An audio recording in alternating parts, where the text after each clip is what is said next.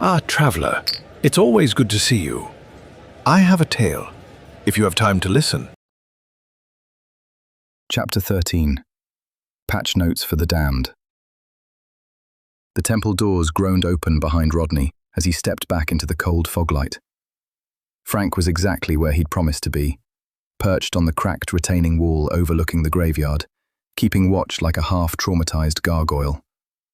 When he spotted Rodney, he hopped down with surprising lightness for someone who'd spent years hollowing. "Well?" Frank asked. "Did you get answers? Directions? Divine wisdom? Anything that isn't cryptic garbage?" Rodney dragged the massive greatsword behind him like a steel anchor. "Nope." Frank blinked. "What do you mean, nope?" "She gave me nothing," Rodney grumbled. "No roadmap, no clue what's happening, just, go redeem souls, stop trapping me here, you took too long, blah blah blah." He threw his hands up. "She's like a pissed-off manager stuck covering a shift." Frank stared. "She didn't even tell you what you are?" "Dude, she barely looked at me unless she was annoyed." Frank scoffed. Classic deity customer service. Then his eyes dropped to Rodney's arms and widened. Whoa, what the hell happened to you?" Rodney paused mid-step. "What?" Frank pointed aggressively at his arms. "You're jacked. Like, noticeably. And you're holding that sword higher than before. You couldn't even lift it 10 minutes ago." Rodney rubbed the back of his neck. "Oh, yeah, she leveled me up." Frank froze. "She what?" Rodney winced. "She leveled me up 4 times. Frank's face went through 7 emotions in 3 seconds. Confusion to disbelief, to confusion again, to betrayal, to grief, to rage, to existential crisis. "We could level up," he exploded. "This whole time!" Rodney held up both hands. "I didn't know."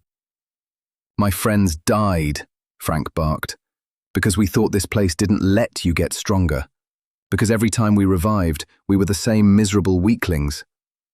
"I didn't—" "Oh my God!" Frank shouted, pacing in a storm of anger and regret. "We fought that grave warden dozens of times and never got stronger. We thought hollowing made leveling impossible." Rodney grimaced. "Well, she only showed the menu because I was standing right there in her temple." Frank stopped dead. "You saw a menu?" Rodney hesitated. Not like a normal menu.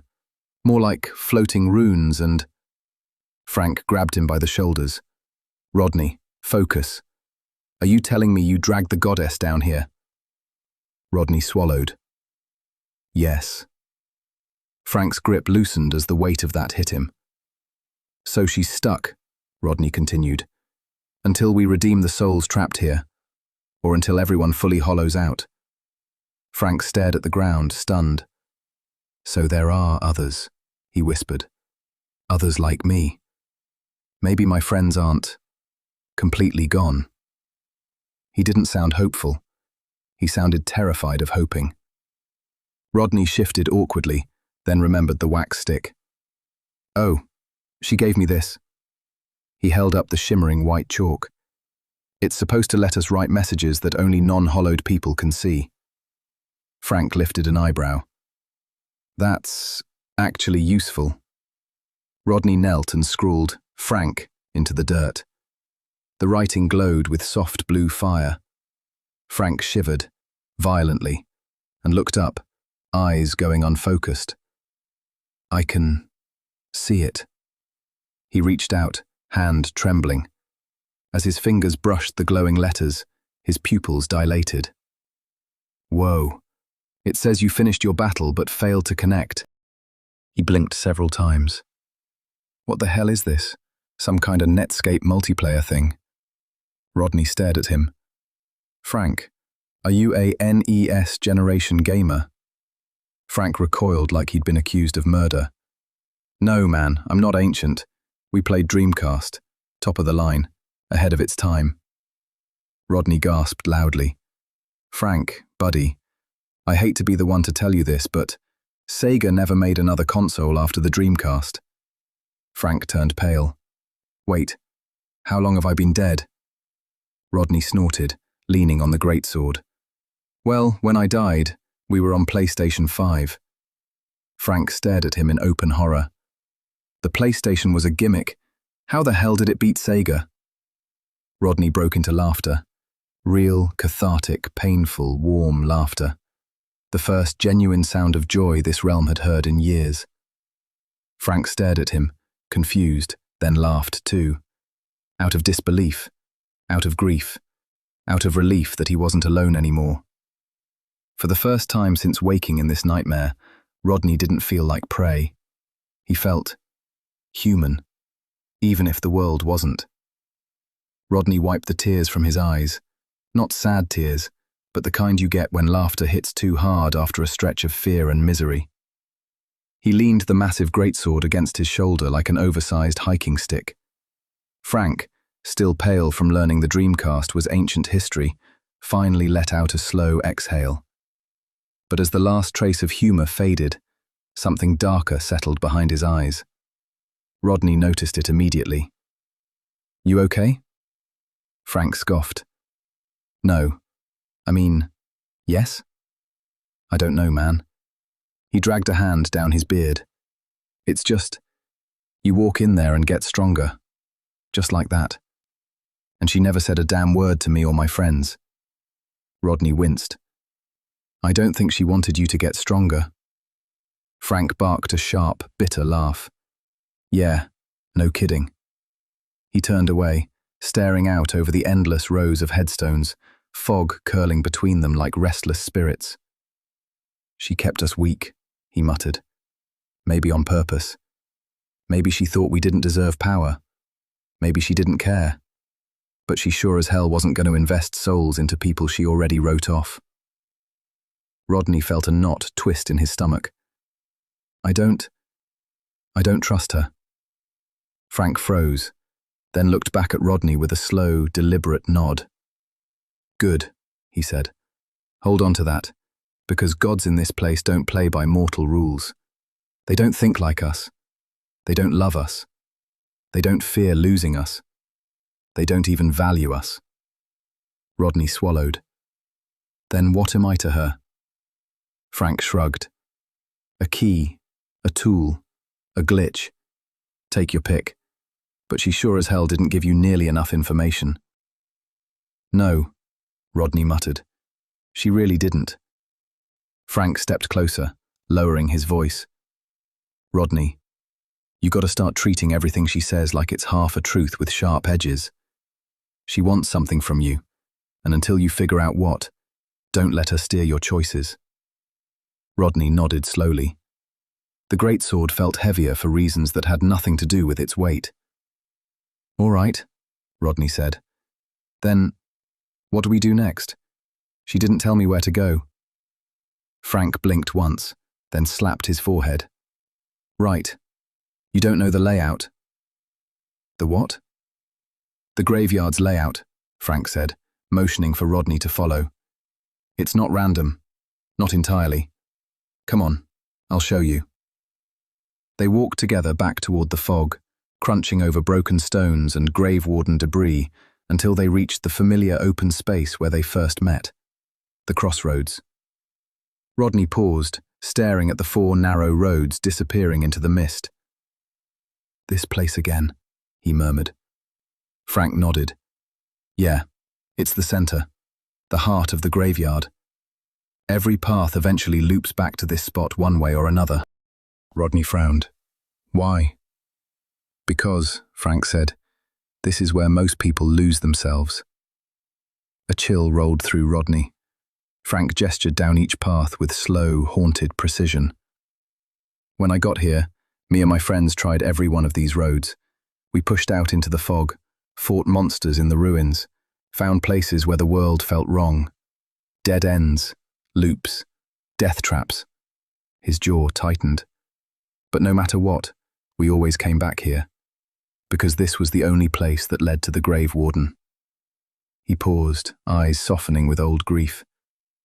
And we thought killing it was the key to getting inside the temple, to getting answers, to escaping. Rodney looked down the temple path, clean, straight, unmarred by fog. But the temple was empty, he whispered. Just the empty throne. Well, until you dragged her down. Yeah, Frank said, bitterness dripping from the word. Turns out all our effort, all our deaths, were for an empty cathedral of lies. Rodney felt that one. Deep, stinging, unfair. But, Frank said, surprising Rodney with a flicker of hope, you changed something. You dragged her down. You made the temple actually matter.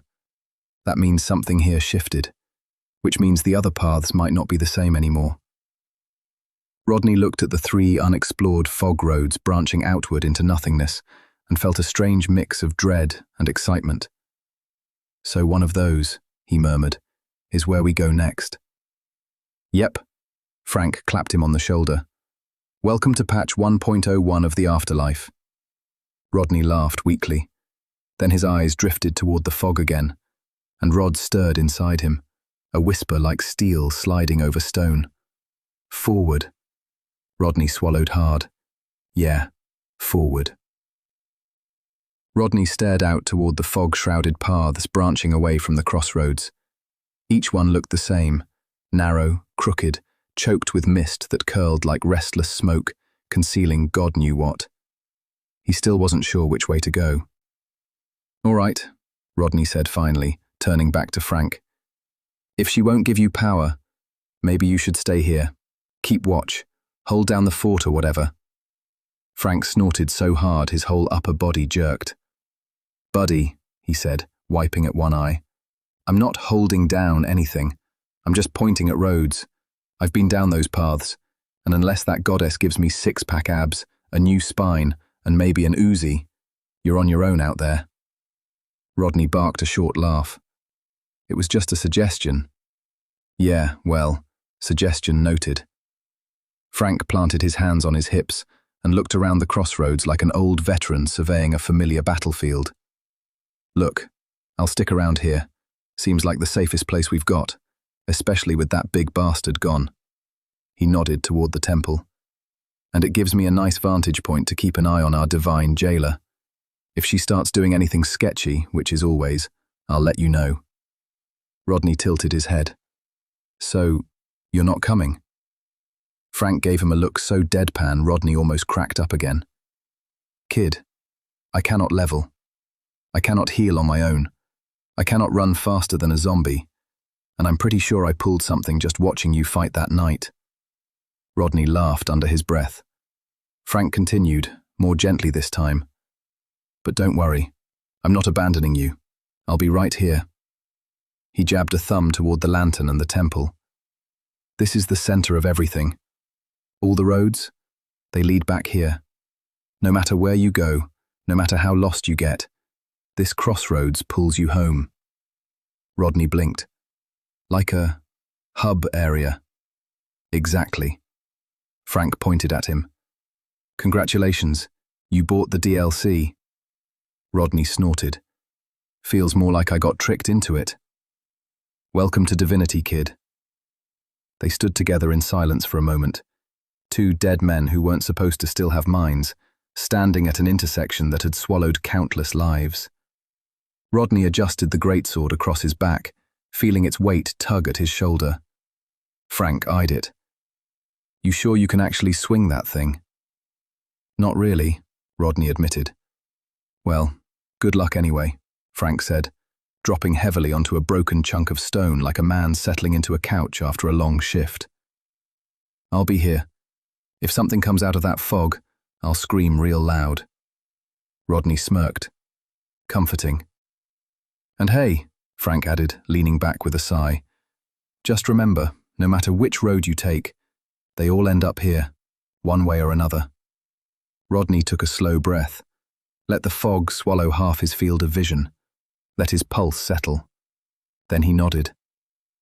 Okay, he whispered, one road at a time, and stepped toward the mist. Next time, Rodney picks a road, and whatever changed in the graveyard is waiting for him out there. Not at the crossroads, not by the temple, out in the mist, where the rules get stranger and the dead stop acting dead.